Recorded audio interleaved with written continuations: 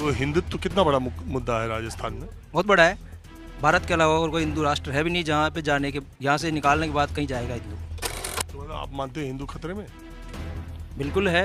अभी जो माहौल बना है, हिंदू मुस्लिम खतरे में बोलते हैं, वो सर कहाँ खतरे में है? राष्ट्रपति हिंदू है, प्रधानमंत्री हिंदू है, चीफ मिनिस्टर हिंदू है, कलेक्टर हिंदू है, एसपी हिंदू है, फिर हिंदू कैसे खतरे में आ जाता है? जो टैक्स लगाया है वो शिक्षा पे लगाया 18%। अगर इंडिया की शिक्षा पर टैक्स लगाओगे तो कैसे पढ़ेगा इंडिया? अनपढ़ रहेगा इंडिया, तभी अनभक्त बनेगा इंडिया। कहाँ पे है हिंदू खतरे में? हिंदू नाम का कोई धर्म ही नहीं है, सनातन धर्म है। किसने बोला कि हिंदू खतरे में है? ये होती है भेदभाव वाली राजनीति। दोस्तों, जैसा कि आप लोगों ने आगे क्लिप में देखा कि इन भक्त का बोलना है कि हिंदू खतरे में है। इसी पर दोस्तों सामने खड़े लड़के ने आगे वीडियो में इनको खूब तगड़ा जवाब दिया है। तो दोस्तों वीडियो में लास्ट तक बने रहें और चलिए अब बिना किसी देरी के वीडियो स्टार्ट करते हैं। आइए देखते हैं, मजा आएगा। कुछ खुल के बताइए। जो भी योजनाएं आती है उनका नाम केवल गांधी परिवार के नाम से क्यों रखा जाता है? माता अन्नपूर्णा भोजन के लिए देवी मानी जाती है, फिर उसका नाम इंदिरा गांधी की रसोई की योजना क्यों रखा गया? कोई भी बिल्डिंग बनती है उसका नाम इंदिरा गांधी, राजीव गांधी के नाम से क्यों रखा जाता है? ये केवल गांधी परिवार के वजह से ही चल रहा है इसका मतलब। और मोदी जी की सरकार के बारे में आपका क्या विचार? और विश्व पटल पे जो नाम, विश्व पटल वाला मामला आपका भी है। सही पकड़े हैं। और साथ में जो हिंदुत्व की छवि है और जन जन की आस्था के प्रतीक श्री रामचंद्र जी का जो मंदिर बनाया जा रहा है वो पूरे विश्व विख्यात होगा और पर्यटन और सभी के लिए श्रेष्ठ होगा। तो हिंदुत्व कितना बड़ा मुद्दा है राजस्थान में? बहुत बड़ा है। भारत के अलावा और कोई हिंदू राष्ट्र है भी नहीं जहाँ पे जाने के, यहाँ से निकालने के बाद कहीं जाएगा हिंदू। मस्त जोक मारा। तो यहाँ से निकालने की भी बात है क्या? कभी मान लो एनआरसी वगैरह कोई भी चलता है, अगली जो भी गवर्नमेंट आती है कभी बाई चांस चेंज होती है। तो मतलब आप मानते हैं हिंदू खतरे में? बिल्कुल है। अभी जो माहौल बनाया हुआ है पब्लिक के द्वारा और नेताओं के द्वारा, उस हिसाब से जो देखा जा रहा है, क्योंकि सारी कंट्रीज में जो हो रहा है वो आतंकवाद चल रहा है। भारत अभी थोड़ा सा, ये तो पूरे हिंदुत्व की सरकार हर जगह है। मोदी जी की तो अभी खतरे में तो नहीं है, बाकी सभी जगह ये माहौल चल रहा है। अबे क्या बोल रहा है? पिलियल बोल, पिलियल बोल। अच्छा एक बात बताइए। इजराइल और हमास भी चल रहा है, वो सबने देखा है।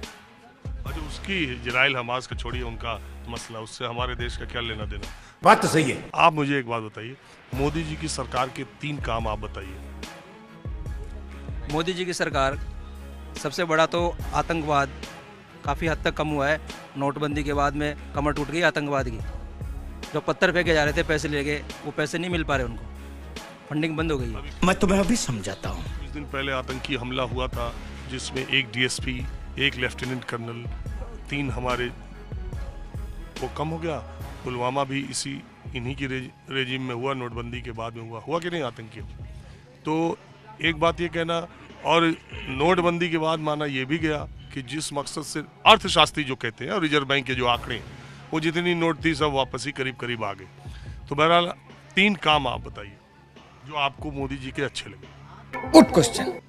नोटबंदी है एक, तो दूसरा है जीएसटी, कि सारे टैक्स खत्म करके केवल एक ही टैक्स पूरे भारतवर्ष में लगाया जा रहा है। और इसके अलावा जितनी भी स्कीमें हैं वो गरीब परिवार के डायरेक्ट अकाउंट में जो जा रही है, बिना किसी रोकथाम के, बिना किसी दलाली के, डायरेक्ट जो अकाउंट में आ रही है, उससे काफ़ी पब्लिक को फ़ायदा मिल रहा है। अच्छा, जो हिंदू मुस्लिम खतरे में बोलते हैं, वो सर कहाँ खतरे में है? राष्ट्रपति हिंदू है, प्रधानमंत्री हिंदू है, चीफ मिनिस्टर हिंदू है, कलेक्टर हिंदू है, एसपी हिंदू है, फिर हिंदू कैसे खतरे में आ जाता है?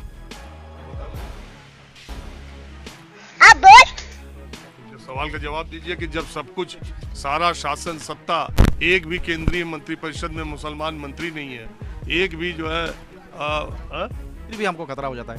सत्ताधारी दल में एक सांसद मुस्लिम नहीं है, कहाँ से क्या हिंदू कैसे खतरे में?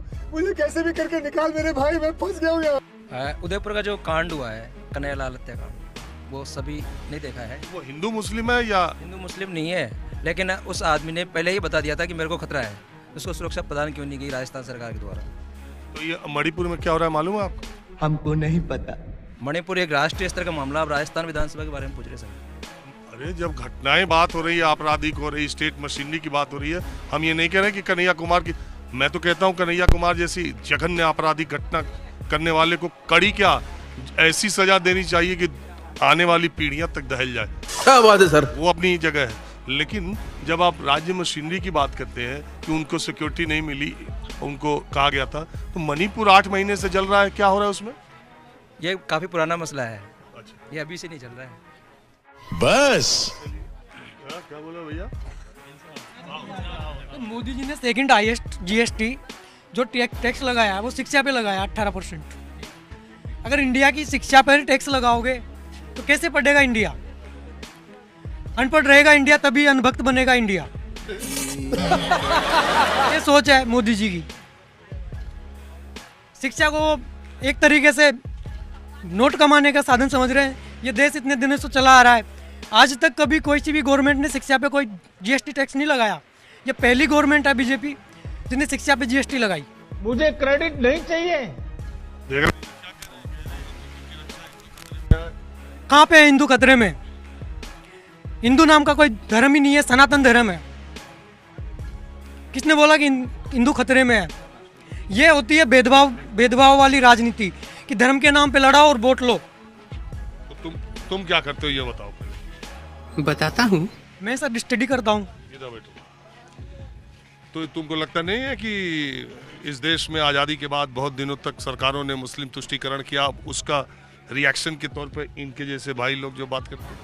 सर जो भी किया लेकिन सही किया, लेकिन ये ऐसा नहीं है कि हिंदू, भारत के मुस्लिम भी भारत में रहते हैं, वो भी एक भारतीय नागरिक है। बिल्कुल है, जितना किसी का उतना उनका भी है। ये बड़ी अच्छी बात कही आप। तो फिर उनको क्यों गालियाँ देते हैं लोग? वो भी तो एक आम आदमी है ना। वो भी। तुम्हारा नाम क्या है? मेरा नाम राकेश कुमार मीना। राकेश, एक बात बताओ, तो ये हिंदू मुस्लिम की राजनीति, जैसे ये कह रहे हैं राम मंदिर बन रहा, जैसे ये कह रहे हैं आतंकवाद खत्म हो गया। सर जैसे आतंकवाद, जैसे क्राइम रेट है वो तो कम हुई है, लेकिन इतना भी नहीं हुआ, एकदम जमीनी स्तर पे इतना खत्म नहीं हुआ है। समझ रहे हो? मोदी जी ने क्या किया किसानों के लिए? 2000 रुपया दिया। 2000 रुपये से कोई किसान अपनी साल भर की खेती कर सकता है, अपने बच्चों को VIP स्कूलों में पढ़ा सकता है। तो मोदी जी के कार्यकाल को आप कैसा मानते हैं? सर अब तक जो भी किया है मिला जुला किया है, कि एक तरीके से पूरा तो अच्छा ही नहीं किया उन्होंने, पूरा बुरा भी नहीं किया है, मिला जुला है, मानते हैं इस चीज़ को। लेकिन उनकी 2-4 गलतियां भी है इस जगह पे। क्या? कि एक तो जैसे शिक्षा पे टैक्स है, उन्होंने वो किसानों के ऊपर वो किसान बिल लेके आए थे उस टाइम, MSP वाला कानून कुछ, तो वो उनका फेल हुआ। वो अच्छा, युवाओं के लिए कैसी? युवाओं के लिए इंडिया में आज तक का सबसे बड़ा बेरोजगारी स्तर देख रहा है इंडिया। जितनी भी 70 साल की बोलते हैं कि कांग्रेस ने क्या किया, जितनी कांग्रेस की शासन में इंडिया ने बेरोजगारी दर नहीं देखी, उससे कई दुगनी ज़्यादा बेरोजगार की स्तर यहाँ पर बढ़ा है इंडिया में। तो दोस्तों वीडियो में बस इतना ही। दोस्तों आप इस भक्त के ज्ञान और सामने खड़े लड़के के समझ पर क्या सोचते हो हमें कमेंट बॉक्स में जरूर बताएं। और दोस्तों अगर आपको इसी तरह की वीडियो देखना पसंद है तो चैनल को सब्सक्राइब और वीडियो को लाइक जरूर करें।